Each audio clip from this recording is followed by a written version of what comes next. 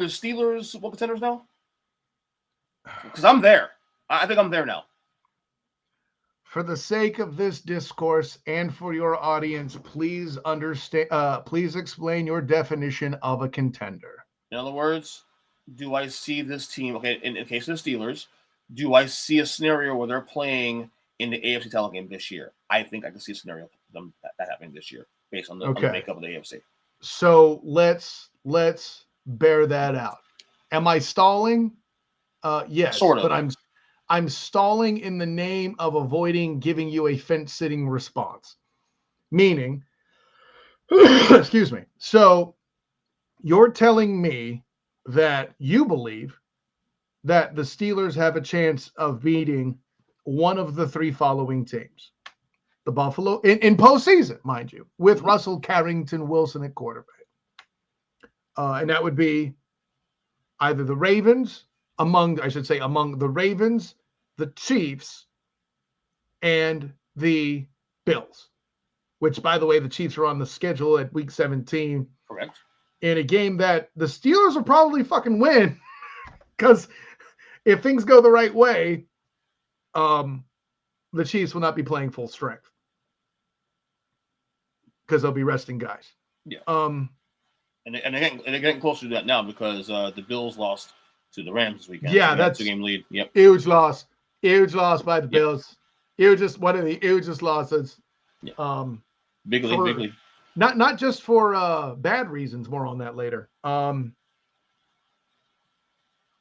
Okay, well, we've seen that they can beat the Ravens simply because that's the biggest rivalry in the NFL right now. Does part of me hope that that's the conference championship? Hell yes. Do I think that'll happen? No. Yeah. But so the Steelers would have to do it in a fashion where they actually won the Super Bowl over the Seahawks. No. Yes. Where they started from the 7th seed and fought through some badass teams. Okay. So with that, by the way, Peyton Manning among them, obviously. So obviously I can see them beating the Ravens. Can I see them outlasting a Chiefs team if TJ Watt or Minkah Fitzpatrick capitalizes and turns a Patrick LaVon Mahomes II turnover into points? I can't rule it out, which means that they would then have to possibly then beat the Buffalo Bills. If they were to even take that shot, it would be in the conference championship game. So by your logic, there is a possible seeding and path to the AFC championship game where the Bills are waiting for them, but they would have successfully made your criteria. So by default, slight yes is my response. Buffalo is actually the hardest of the three games for them matchup wise. Correct. Right. Very good. Chiefs, while frustrating, are beatable. Ravens, obviously, there's familiarity with the Ravens, so they can definitely beat the Ravens on any given Sunday, obviously. We saw that already a couple weeks ago. So, yeah, and my confidence in this is more so as we've gone on this year. And this is why I think Mike Tomlin should have consideration for Coach of the Year. Top five, at least. Top five. That's easy, top five. I mean, that's almost insulting to say top five. You know, I think we should have that conversation if you want to, because there's a lot of good-ass arguments for Coach of the Year this year, bro. Kevin O'Connell in Minnesota.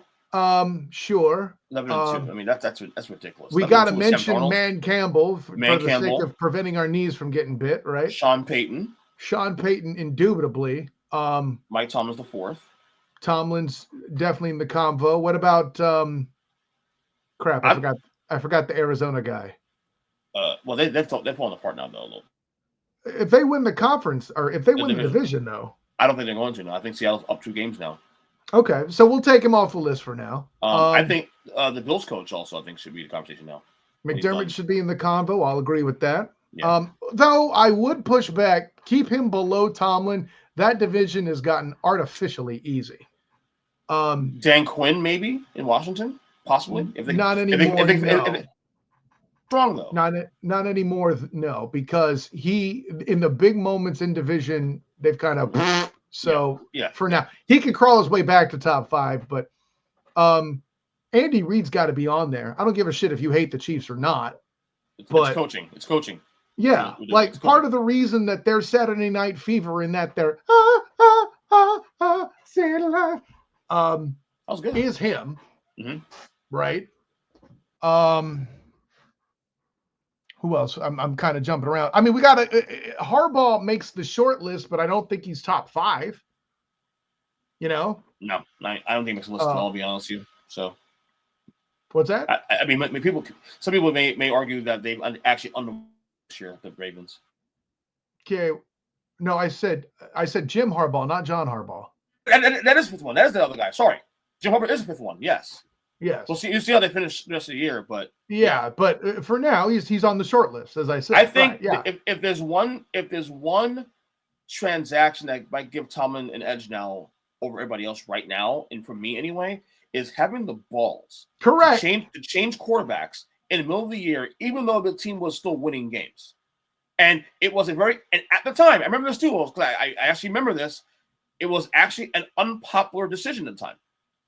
And it's the reason why I feel, and it's actually the reason now I feel like the Steelers have a good chance to go to the Super Bowl, because Russell Wilson is starting to do that throwback thing again now.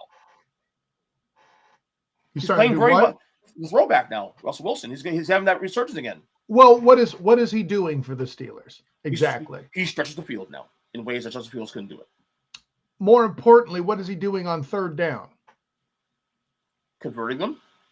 The same thing I said that he was hiding behind and relying on back when I said that Rusty wasn't sliced bread to start with, right? Right. What we're seeing, I won't call it a regression, but Father Time, listen, when we're born, we're in diapers. As we go out, we're back in diapers. And that's what we're seeing here. What a fucking analogy.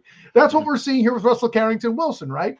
Mm-hmm. His job is to let the defense and the running game control pace and just don't fuck it up. Go back to being a point guard, go back to being a game manager, and not a guy who's a playmaker, having to run the football and create stuff and break hearts, right? Now, convert the 3rd downs, make the easy passes, and fool people by, I might be old, but I can still run a little bit. And now suddenly, Tomlin's a hero again. I think this is what they were looking for, by the way, when they started Mitchell Trubisky ahead of Kenny Pickett 2 years ago, but they didn't get that because, Mitch Trubisky is Mitch Trubisky. That's right. Yeah. So this is why I believe Tomlin is probably, if I'm ranking right now, and if I'm saying who's number 1 right now, coach of the year, I think Tomlin might be number 1 for me right now. Really? Right now. Ahead of the guy that has a team that has created a culture of an offense that can beat you several different ways, that has turned what has been a poverty franchise into a championship contender possibly over him. I don't know. Kenny Pickett might say, or not Kenny Pickett, Kendrick Perkins might say you're racist. I'm just going to throw. Well, he'd be wrong with that one.